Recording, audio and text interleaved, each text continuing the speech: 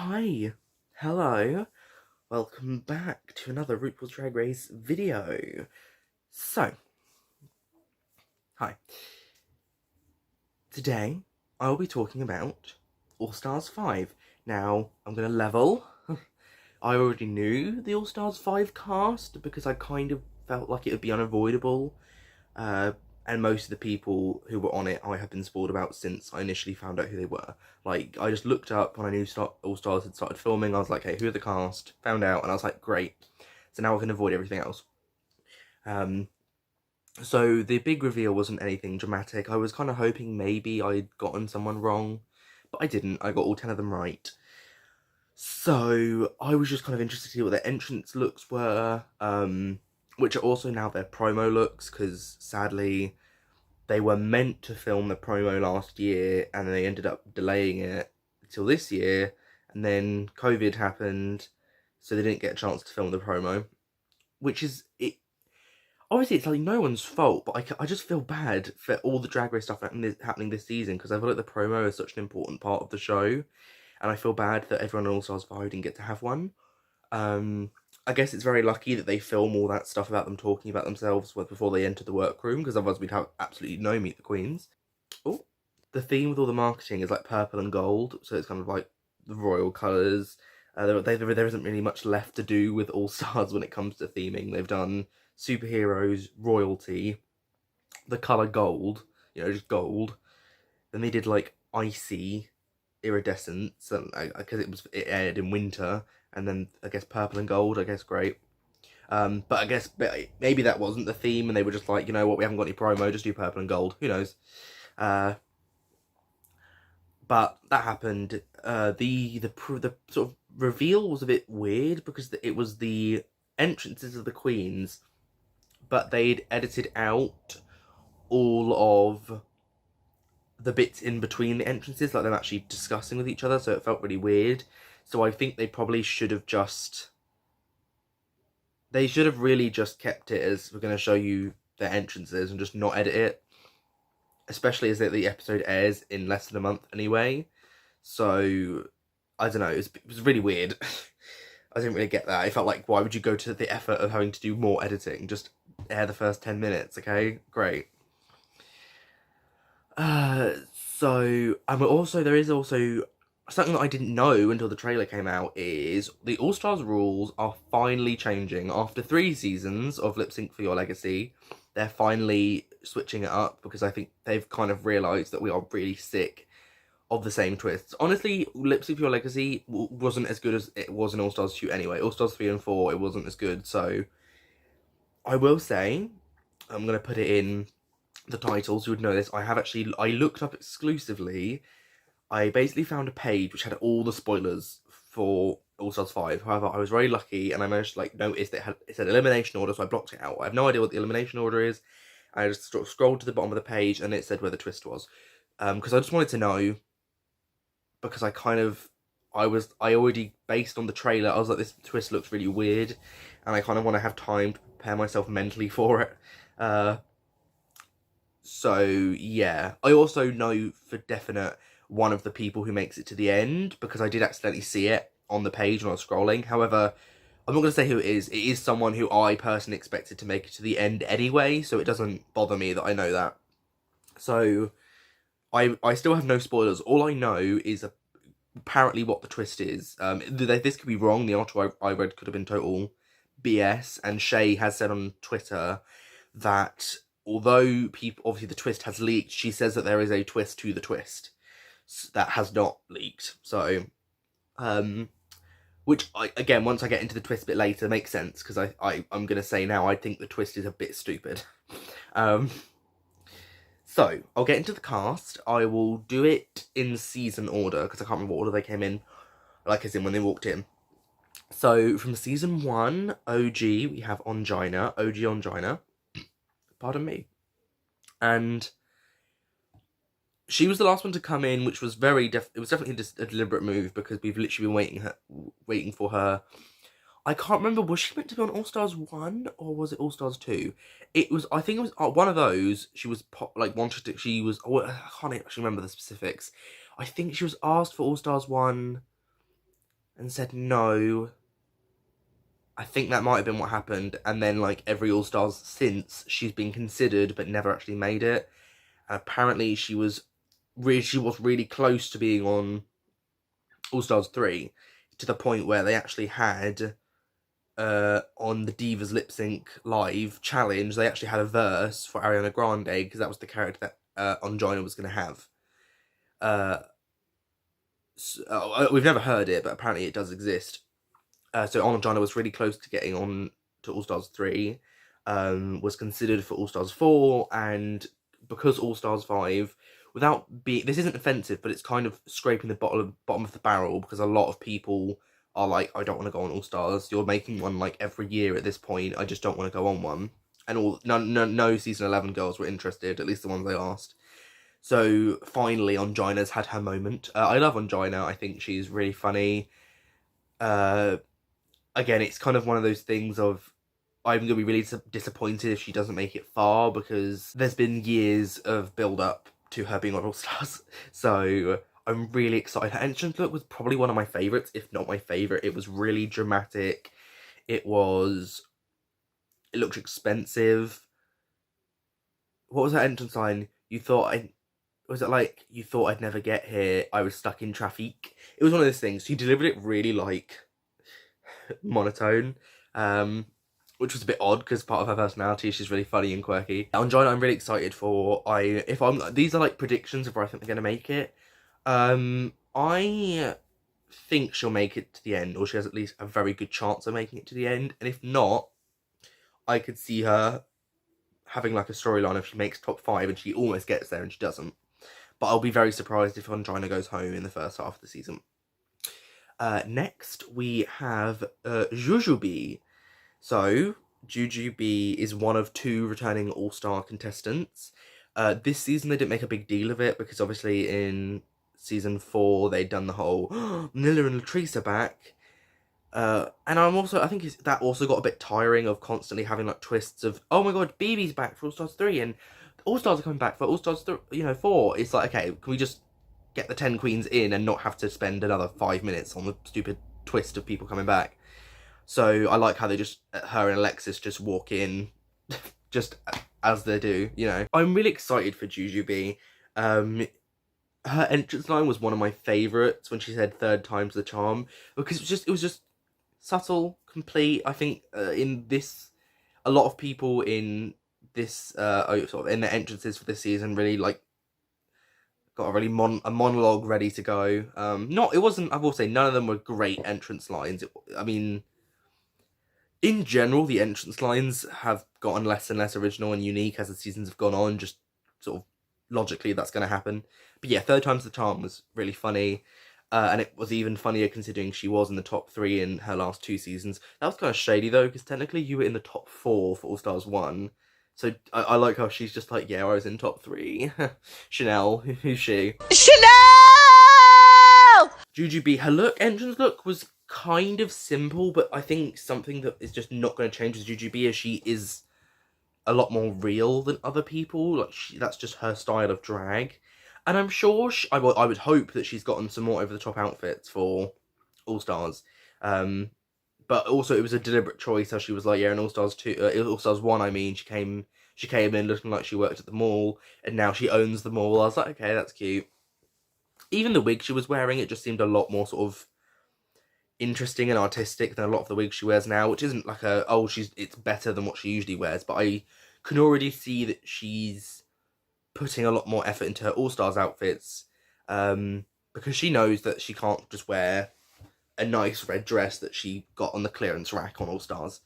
So yeah, that's Jujubee. I'm very excited for her. I really don't know where she's going to make it. Like, I could see them being just cruel and making her make top 3 again, but not winning. But I could also see her, I think her and Alexis, who I'm going to get to in a second, she's next, are both, I have a feeling they're both going to get a similar edit to Latrice and Manila. Not as in like edit, but they'll get a similar storyline that I just don't see them making it to the end, either of them. I don't know. It's because I had the same feeling during All-Stars 4. I just had a gut instinct. I was like, Manila and Latrice aren't going to win. It might have been a base principle of as bad as All Stars 1 is, it's like the Shangela effect, I call it. Just because it's their third time doing the show, it almost feels like they're never going to get the crown because it would seem unfair. Like, on the show, you get your first opportunity on the regular seasons, and then you get an All-Stars season. And to be honest, a lot of the All-Stars season have rubbish twists. All-Stars 1 is the worst, but all of them really, apart from maybe All-Stars 2, it's probably the fairest of all the seasons, has rubbish twists that sort of fuck everything up and mean that no matter how well you do, there's no guarantee you'll win. So I don't know. I just don't think they're gonna win. I just don't see it happening for them. It's a shame, but I've just geared myself up for it. I'm almost certain that if any of them are in the top 4, it will be one of them. I do not believe that Jujubee and Alexis will make the top 4. Moving on to Alexis. So Alexis comes in. She's got her, Puerto Rico outfit on. I don't know if it was a reference to Yara's Puerto Rico outfit she wore in the American patriotic video challenge. But it was very similar. Just had sleeves, whereas Yara's didn't. But then she also had a big sort of fluffy coat moment. And she had, her line was about Puerto Rico, which I didn't mind. I think there used to be a thing of there was always a Puerto Rican queen on a Drag Race season, but that kind of ended with season 8 with Cynthia Lee Fontaine. Since then, that's not really a thing anymore of having the Puerto Rican queen. So I don't know. It's nice having that back. I'm like, oh, there's the Puerto Rican queen. What happened to those? That used to be a thing. And I was a bit confused. I understand why, but they spent a lot of her time, because they all got about less than a minute, sort of having a little flashback to their original season, a little backstory, because people watching All Stars might not have watched their seasons. For example, my mum hasn't watched season 1, 2, or 3, so she doesn't even know who half the cast are. She has watched All Stars 1, though. She has watched All Stars 1, so she does have a little bit of knowledge about Alexis and Jujubee, but she also hated All Stars 1, so... So, they always have those recaps to sort of remind people who they are. And a lot of Alexis's were taken up by Vanjie, and I kind of get why, because new viewers will probably know who Vanjie are, and will be like, oh my god, I'm Team Alexis, because she's Vanjie's drag mother. But, whatever, it is what it is. I'm excited for Alexis. I didn't love her in her original season. I think she was talented, but I think she had back then, it was very sort of, she was kind of like a Roxy, and that she had an idea of what drag is, and she didn't really accept anything that wasn't. But from what I've seen, she's much more accepting now. I think a lot of people are. They've just realised that drag is, it could be whatever you want it to be. And her face was stunning. Her makeup is gorgeous. Oh, she says sickening no. That was her last bit of entrance line, which I loved. I was expecting her to say bam, but I think she said that for her All Stars 1 entrance. So I love that. Sickening no. Oh god, it's so funny. As much as I did sometimes try to find her a bit rude on her original season, she was really funny a lot of the time. Wasn't great on All Stars 1, but then a lot of people weren't great on All Stars 1. So yeah, I was excited for Alexis. And then we've got 2 other Season 3 representatives. Season 3 and Season 10 are the main seasons this year. India Ferrah, who is probably, I think, the most unexpected. I think if you watch this reveal not knowing who they were already, I think she'd be the one you go, oh, really? Not because she's untalented or because she doesn't deserve it, because I liked her entrance look. I thought the colour was beautiful. I liked her makeup. I thought the old school on the back was a bit too much, but her drag is very too much. But her drag identity has really improved and sort of evolved since her season, which was almost 10 years ago now. That's crazy. She's not just, hey, I got my tits out, great. She's really going for that old school drag, and her makeup's great. But the reason she's unexpected is because she didn't make it very far in her original season, and WoW Presents, has never really pushed her as a queen. They have a lot of close relationships with a lot of queens that end up being on All Stars, but I don't really feel like they've ever had a super close relationship with India. I think she works with them. I know she goes to DragCon and stuff like that. But I was just surprised. I was like, oh, great. I mean, maybe she'll be on some more stuff, hopefully. But Mariah, who is our next one, has had her always really, since WoW Presents really got going with their YouTube sort of content, Mariah has always been a big part of it. She's always really worked with them. she's always really worked with them. And she's really funny. She's a lot... She was like a Nikki doll in the outside of the challenges. She was really funny, but in the challenges she wasn't. And she was really just like, oh, she's the good-looking queen from season 3. But she's really got a persona. I think she's hilarious when she does Fashion Photo Review. Or, wait, what? You know. I just really enjoy her. And it feels...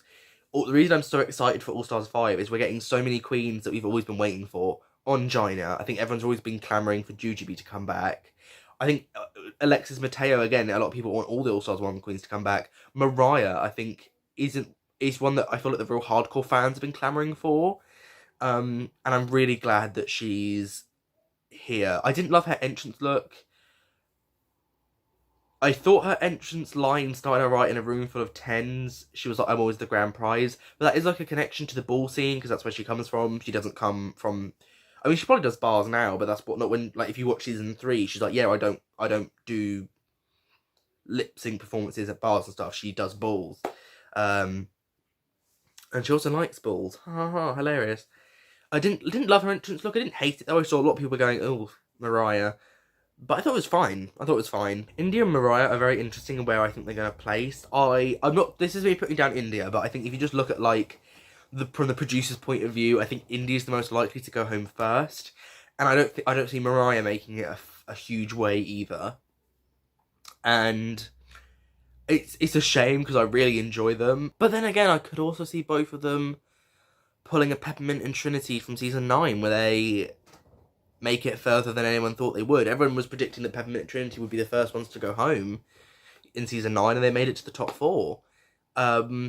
And I think of any All-Star season so far, it is the hardest one to predict where everyone's going to place. Because I think apart from India probably going home earlier on, I have no idea. Like, it's such a strong cast. And I think the reason it's such a strong cast is not to shame previous contestants from previous seasons, but they couldn't just go, let's get all the fan favourites, the one that have the biggest fan bases, because a lot of them had either already been on the show or were said no.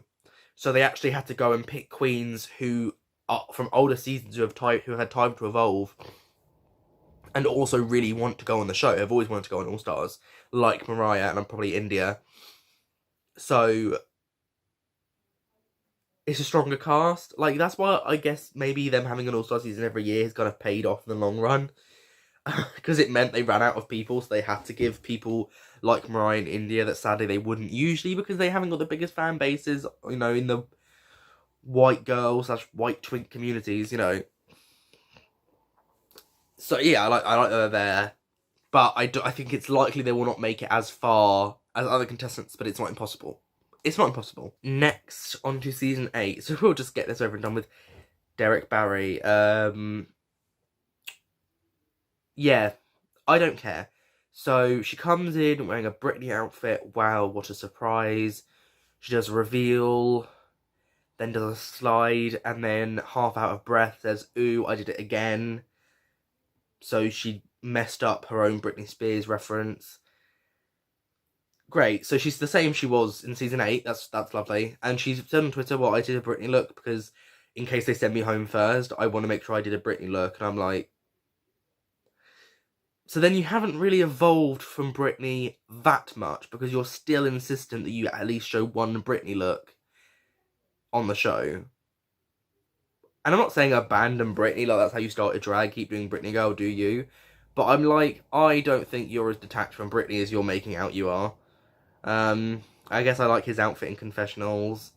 I've never been Derrick's biggest fan. I mean, he literally spoiled that he was going to be on All Stars just after he got cast, because he was like, I'm coming to TV very soon. And it's like, what the fuck else would Derrick Barry be on TV for? Let's be real. Let's be frank. So, great. She'll probably go home early. Like, I feel like they want to make her they're probably going to make her the villain if she does make it far, but if she'll probably be a Thorgy. She'll make it like a couple episodes and they're just going to edit her to be a real villainous presence. Wow, they really hate the season 8 girls. So yeah, that's great. Our only season 9 representative is Shea Coulee. Entrance line, I'm black. Great. Iconic. Probably the most iconic line. I didn't like her outfit at first when she first went in. I was like, "What's that?" But then I like looked at her Meet the Queens and really looked at her look, and I was like, "No, this is flawless." It was one of those looks where once I really got to like look in depth at the pattern and the fact that on one side she had like a suit jacket, on the other side she had a long glove, and she had the matching luggage, which during the Meet the Queen video she's insistent on holding. I was just like, okay, this is fabulous. Shea was one of the most hyped people to be on the show. People would probably say her not winning season 9 is one of the biggest robberies, although it's one of the most just robberies in that it wasn't like a Shangela where they were kind of like bullshit rules were made up so that they couldn't win. It was like lip sync for the crown is a great idea. I mean, it's a shame that no season has ever really done it well apart from season 9, and she just didn't win her lip sync. That's the sad truth. She didn't win the lip sync, so she didn't win. Oh, pardon me. Oh. But I honestly, she probably has the best chance of winning the season. I think a lot of the time they do treat All Stars as a way of being like, oh, Chad and Alaska didn't win. Let's have them win an All Stars. Oh, Trixie's a fan fave now. Let's have her win an All Stars. Although to be fair, that was only possible because Bendela peaced out. And then All Stars 4, we just don't talk about that because I'm not really sure what they were trying to achieve with that season. But All Stars 5, I could definitely see Shea winning. I think it would be really cute if Shea won. I think if Jada wins season 12, which is a strong possibility, it would be nice to have 4 Queen of Colour winners in a row for Drag Race, because there was a really long period where we just got white people. Yeah, I think Shea has a good chance of winning. I think if she doesn't make it to the top 4, people will riot, and I really hope she did. But then again, if she does make it to the end and she doesn't win, then people will riot anyway. Anyway, oh god. So, yeah, Shea's probably going to win. She has the best chance, in my opinion. The next person I'm going to talk about, Miss Cracker. So, her entrance look was a bit more... I preferred it to her season 10 entrance look, and it was kind of like staple Cracker. It was like the dress sort of silhouette she always wears, but it looked very expensive. The colour was beautiful. It was very similar colour to India's, which was ironic because she did a thing of, I don't want to walk in wearing the same outfit as someone like I did in season 3. She walks in and she talks about this, in her Meet the Queen, she talks about this lovely, unique colour she wanted to wear. And I was just like, Ms. Cracker's wearing the same colour as you, so that's funny. And even the same colour wig, great. But yeah, it was really cute. I'm glad that she had a big blonde hair. That's kind of her, she loves having big hair like that. And her entrance line was, correction. Kate, it's time for dinner was lovely. Although she doesn't really do it's time for dinner anymore. It's kind of like, it was a thing before she got on Drag Race. And then it kind of died after she went on Drag Race, from what I've seen anyway. Maybe I'm wrong. But I love Correction because of Review with the Jew. And she is very talented, and I'm hoping that in this season she does shed off what she had in season 10, which is constantly trying to present herself as something to the judges rather than just being herself. Yeah, love Miss Cracker, go her. Blair St. Clair. My mum was like, oh, I love Blair. I can't wait for her to be on the show, because I'd already told her about the leaks. And she was a bit surprised by Blair in this, because she doesn't really keep up with Blair on social media, and she was like, what happened to my sweet girl? But she's very much an adult. She's very much hit puberty, mostly. I think her entrance look was very beautiful. It was very 90s supermodel. I love the glasses in particular. Her entrance line was a bit long-winded, but I liked that she added bitches at the end. It was a cute little fun moment. And I liked when she was just like, that's what your man said last night, or whatever. I kind of like that her persona going in is, yeah, I'm an adult now. I say bitch. I make these adult jokes. Although she does seem a little bit stiff. She does seem a little bit kind of putting on a persona. So I'm hoping that just melts away a bit. Because I will say in season 10, she felt very genuine in her 12-year-old body, you know. Yeah, I'm interested to see what Blair does. I think Blair could make it really far or could go home early. I think Blair's one of the ones that really could land anywhere. And then Mayhem. So I didn't love Mayhem's entrance. Everyone's making jokes of how it's that like one bodysuit you can get on Amazon, which is funny. I guess it was kind of a reference to her original entrance look. It was like she wore red then, she wears red now. She had a similar wig, but I did prefer the wig this time. It was having like bits of red in it. She didn't come to crash the party. She came to end it, which was a reference to her season 10 entrance line. Guess who came to crash the party? Or guess who finally came to crash the party? Mayhem is very good at entrance lines. I liked I do like I didn't come to crash the party, I came to end it. You know, it's a great little thing. And she was she was one of those queens that I liked her outside of the show, and then she got in season 10 and I was just like, eh. So that's all the cast. That's great. It's a strong cast. I'm looking forward to their interactions. I have no idea. Oh, with season 12, they've really mixed things up when it comes to the format of the season and the challenges they do, and this is coming out before this episode 12 of season 11, or season 12, I mean. And I'm not going to spoil it in case you don't want to know, but let's just say what they're doing for the top 5 challenge is very different to what they usually do. I'm not sure if I like it. It seems a bit odd. And combined with only doing one sewing challenge and doing the split premiere, you know, it's interesting. So I'm hoping that All Stars, along with this new twist I'm going to go to in just a second, it's kind of a bit more varied. I'm not sure I don't know. I hope we don't get another bloody variety show. I'm really tired of them. And if you're going to try and shed the shackles of All Stars 2 that have lingered like a festering corpse for the last few years, you know, shed everything. Get rid of the variety show. No one wants it.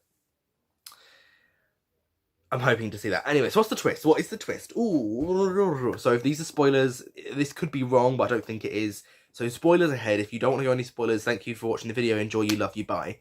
Here's the spoilers. So apparently, allegedly, supposedly, the winner of the challenge, which will be picked by Ru will actually make some decisions, will have to lip sync against a lip sync assassin from the show. And it's implied that every episode it'll be a different lip sync assassin, which is a really cool way, I think, to incorporate queens that aren't on the show. And I'm hoping that it means we can get some people like Dita Ritz or anyone. I think bring back older queens, because I think lip sync assassins aren't as much of a thing now, really, to be honest. They're not as common. Peppermint I would consider a lip sync assassin.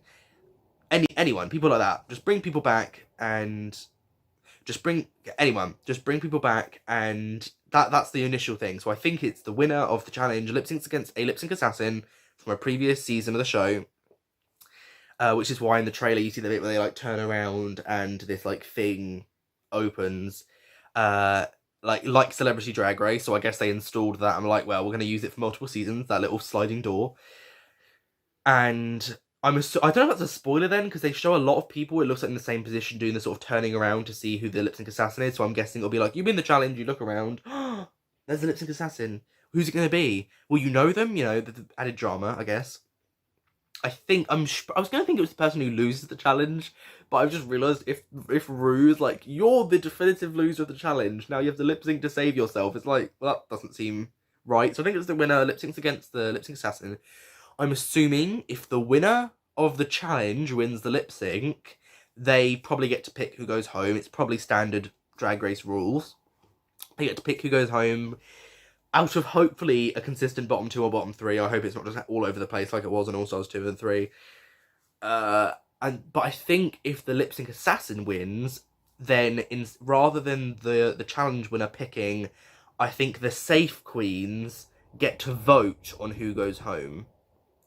So I'm not sure if that includes the winner of the challenge, if they get included into the vote.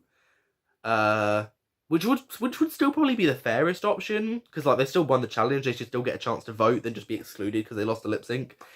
But I'm assuming again, anyone who's not in the bottom 2 or bottom 3 or whatever, possibly not including the winner, will then vote amongst themselves.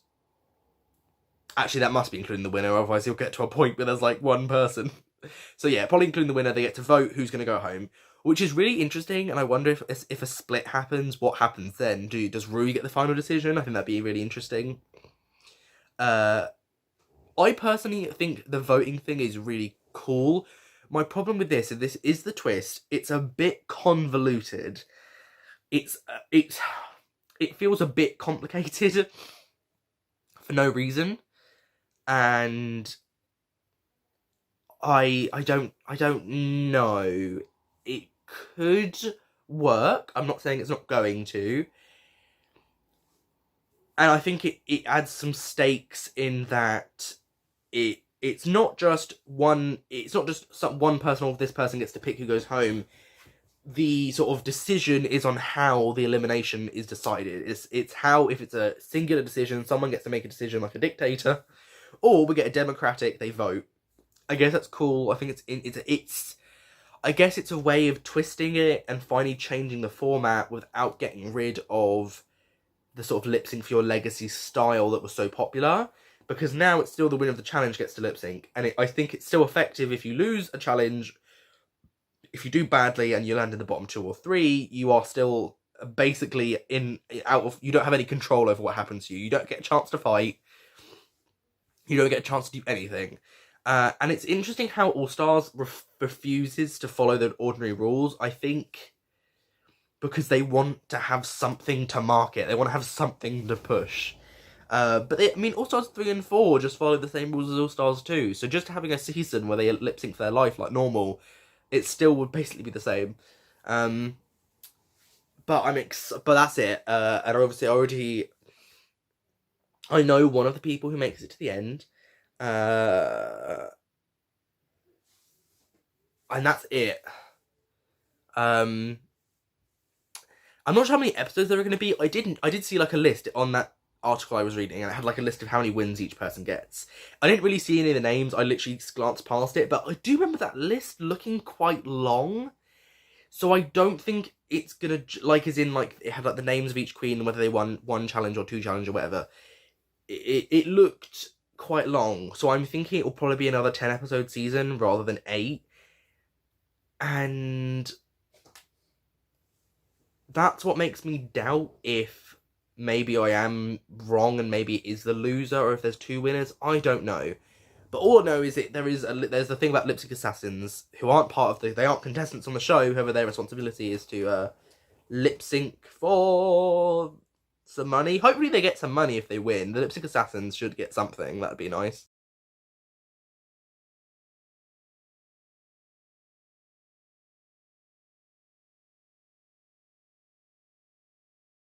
I'm rambling for 40 minutes. I'm very excited about RuPaul's Drag Race All Stars 5. I think apparently it's gone back to VH1.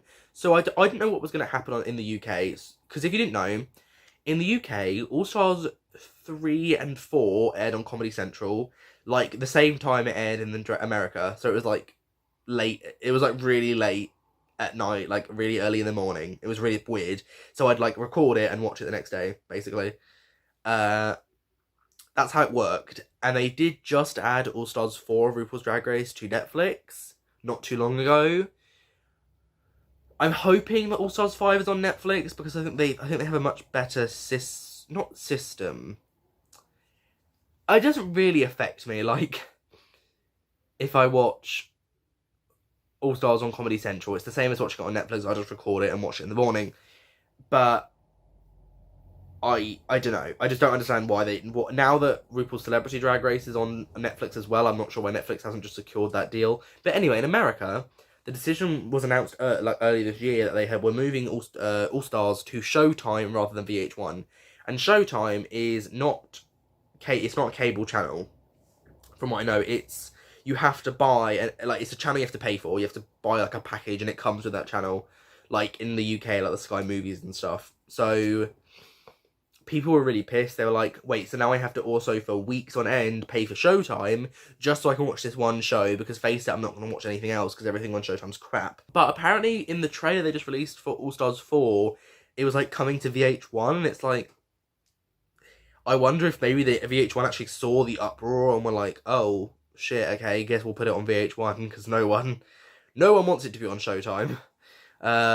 It seemed weird putting it on Showtime anyway. I know All Stars doesn't get nearly as good a ratings as the regular Drag Race does, but it was odd. I'm excited to watch All Stars without any spoilers. Please don't leave spoilers in the comments. I don't want them.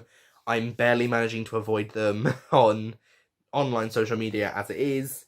And I'm looking forward to, if Shea is correct, what this further twist could be.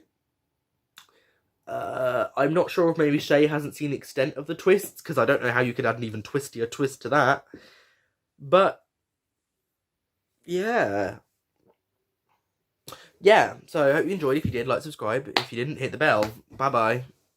See ya. Bye.